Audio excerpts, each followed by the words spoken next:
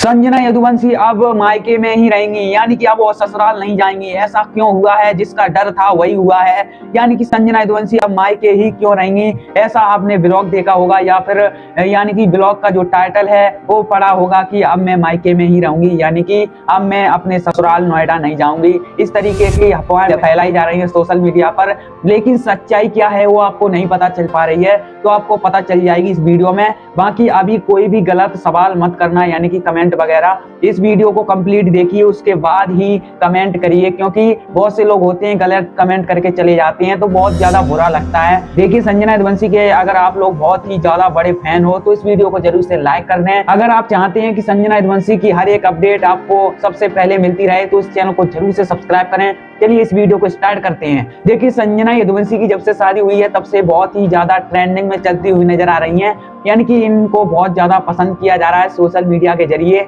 यानी कि बहुत ज्यादा फैन फॉलोइंग भी हो चुकी है संजना यदुवंशी की, यानी कि 4 मिलियन फॉलोअर्स इंस्टाग्राम पर हो चुके हैं और यूट्यूब पर लगभग 2 मिलियन सब्सक्राइबर्स होने वाले हैं, और मुझे लगता है कि बहुत ही जल्द हो जाएंगे। देखिए सवाल तो ये उठ रहा है कि संजना यदुवंशी अब यानी कि मायके में घर क्यों बनवा रही हैं। वो तो मैंने आपको बता ही दिया था अगले वीडियो में कि संजना यदुवंशी अपने मायके में टावा में घर किसके लिए बनवा रही है। देखिए जो संजना यदुवंशी हैं वो घर अपने पैसों से, यानी कि अपने मम्मी के लिए घर बनवा रही हैं। उनका भी सपना था कि अपने कमाई से और अपने माँ बाप को खुश रखना, तो अपने मम्मी के लिए वो घर बनवा रही हैं इटावा, यानी कि अपने मायके। तो ये तो मैंने क्लियर पहले ही कर दिया था, फाइनली इस वीडियो में भी आपको क्लियर कर दिया है। देखिए हम बात कर लेते हैं जो ब्लॉग डाला है कल, उसमें संजना यदुवंशी का जो टाइटल था वीडियो का उसमें लिखा था कि अब मैं यानी कि मायके में ही रहूंगी, यानी कि वहां पर नहीं जाऊंगी ससुराल नोएडा। तो देखिए इसका क्या यानी कि क्या हुआ है, क्या लड़ाई झगड़ा हो गया है या फिर कुछ और। देखिए कुछ भी नहीं हुआ है, सब कुछ सही चल रहा है,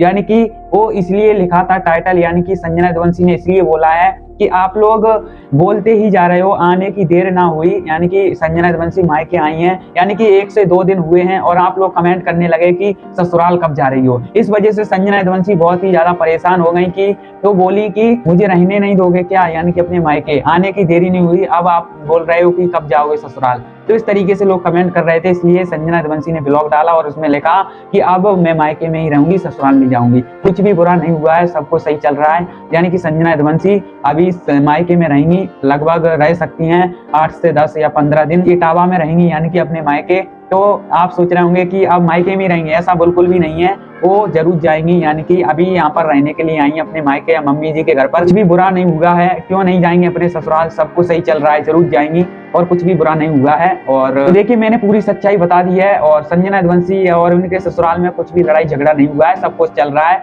और वो अपने मायके में रहने के लिए आई है संजना यदुवंशी। बाकी ये जानकारी आपको पसंद आई है तो कमेंट करके जरूर से बताएं। चलिए इस वीडियो को यहीं पर एंड करते हैं, तब तक के लिए जय हिंद जय भारत।